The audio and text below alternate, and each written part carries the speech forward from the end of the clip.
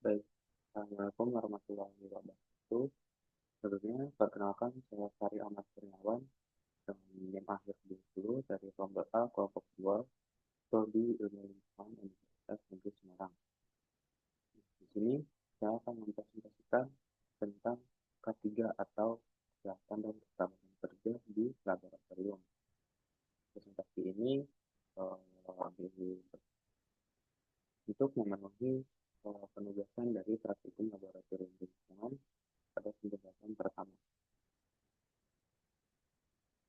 Untuk agenda yang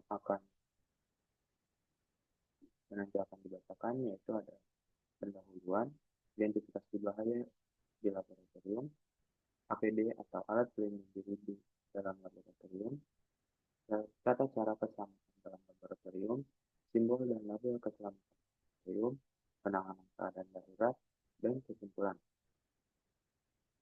Nah, masuk pada pendahuluan.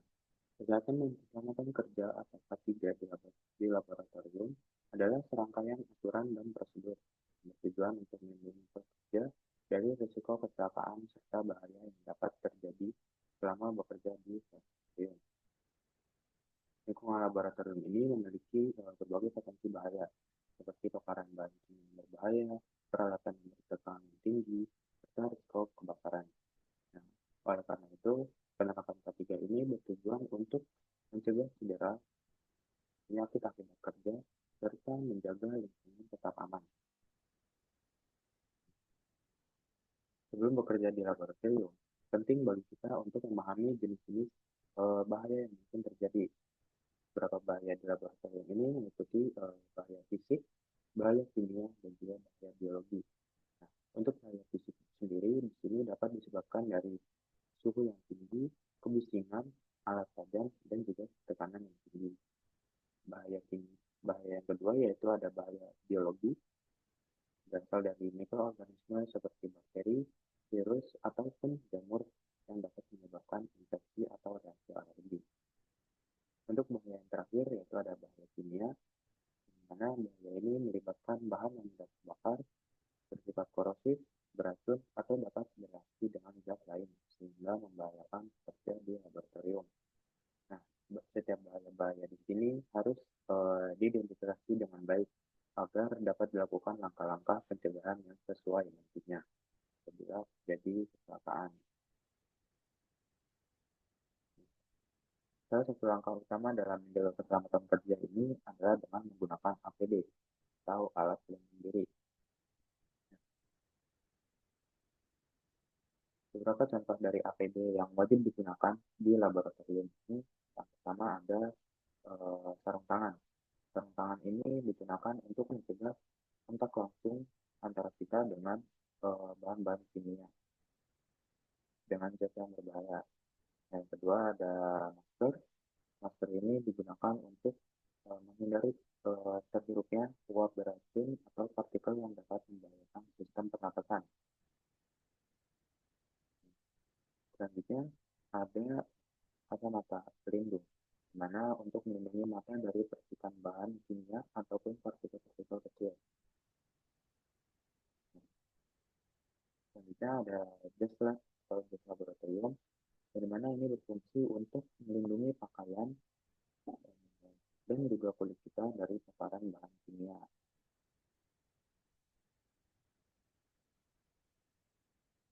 Masuk pada cara keselamatan laboratorium.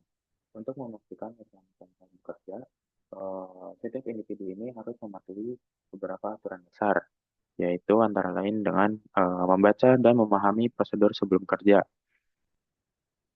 Dengan membaca dan juga memahami prosedur sebelum kerja, eh, kita dapat melakukan sebuah percobaan ataupun eksperimen dengan seaman mungkin untuk meminimalkan terjadinya kecelakaan. Dan yang kedua yaitu menggunakan APD yang sesuai dengan jenis pekerjaan yang dilakukan.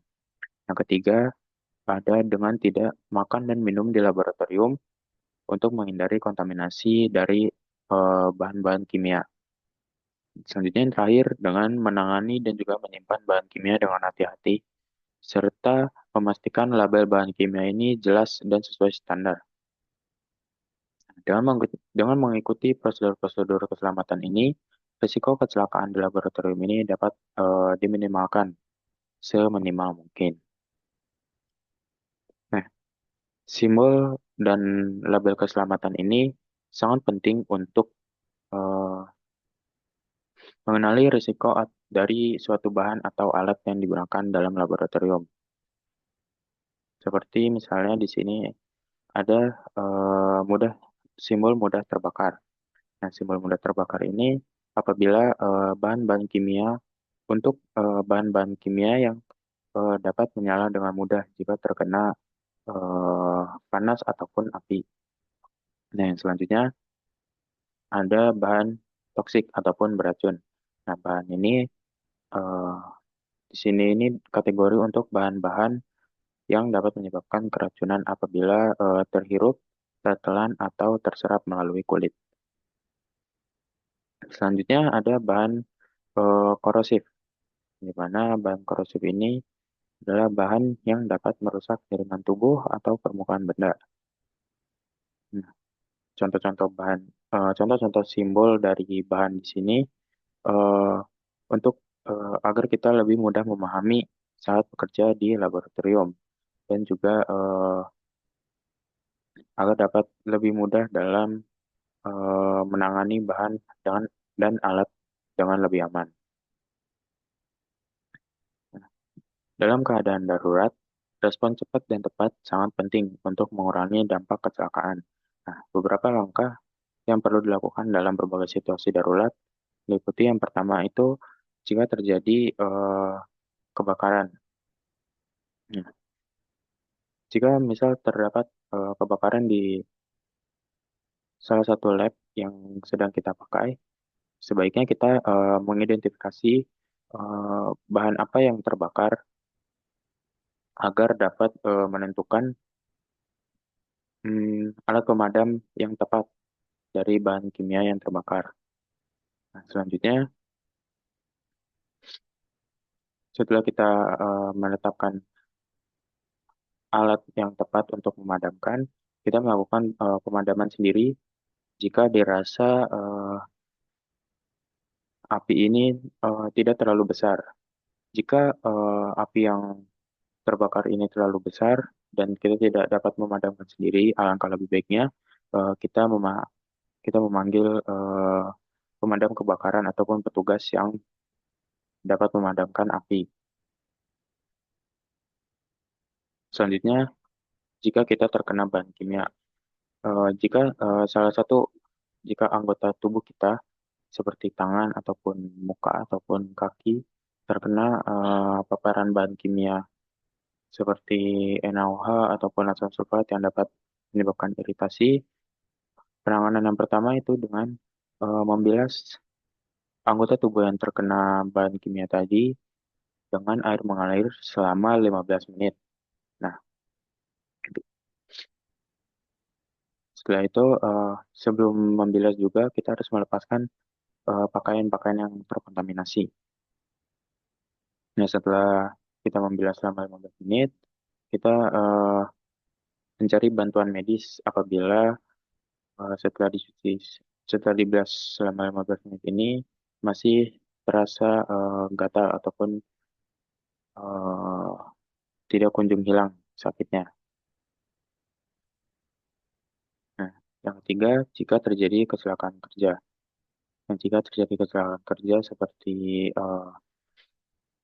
tertiban ataupun kebakaran, nah, jika kita mengalami luka, sebaiknya yang pertama itu kita melakukan pertolongan pertama kepada orang yang terluka. Nah, jika pertolongan pertama ini sudah sesuai, setelah itu kita menghubungi tenaga medis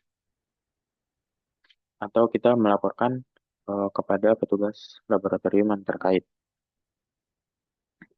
Dengan mengetahui langkah-langkah penanganan darurat di sini dapat membantu mengurangi risiko cedera yang lebih parah lagi. Nah, kesimpulan dari presentasi kali ini, keselamatan dan kesehatan kerja di laboratorium ini sangat penting untuk melindungi pekerja dari berbagai bahaya, seperti bahan kimia berbahaya, kebakaran, dan cedera akibat peralatan laboratorium. Dengan menetapkan prosedur keselamatan yang benar, menggunakan APD, memahami simbol keselamatan, serta siap menghadapi keadaan darurat lingkungan. Keadaan darurat, lingkungan kerja di laboratorium ini dapat menjadi lebih aman. Penerapan K3 ini bukan hanya tanggung jawab individu, tapi juga merupakan budaya kerja yang harus diterapkan oleh semua orang di laboratorium. Dengan demikian, risiko kecelakaan dapat diminimalkan, produktivitas dapat meningkat, dan penelitian dapat berjalan dengan lebih efektif dan juga lebih aman. Sekian presentasi dari saya. Untuk kurang lebihnya mohon maaf. Assalamualaikum warahmatullahi wabarakatuh.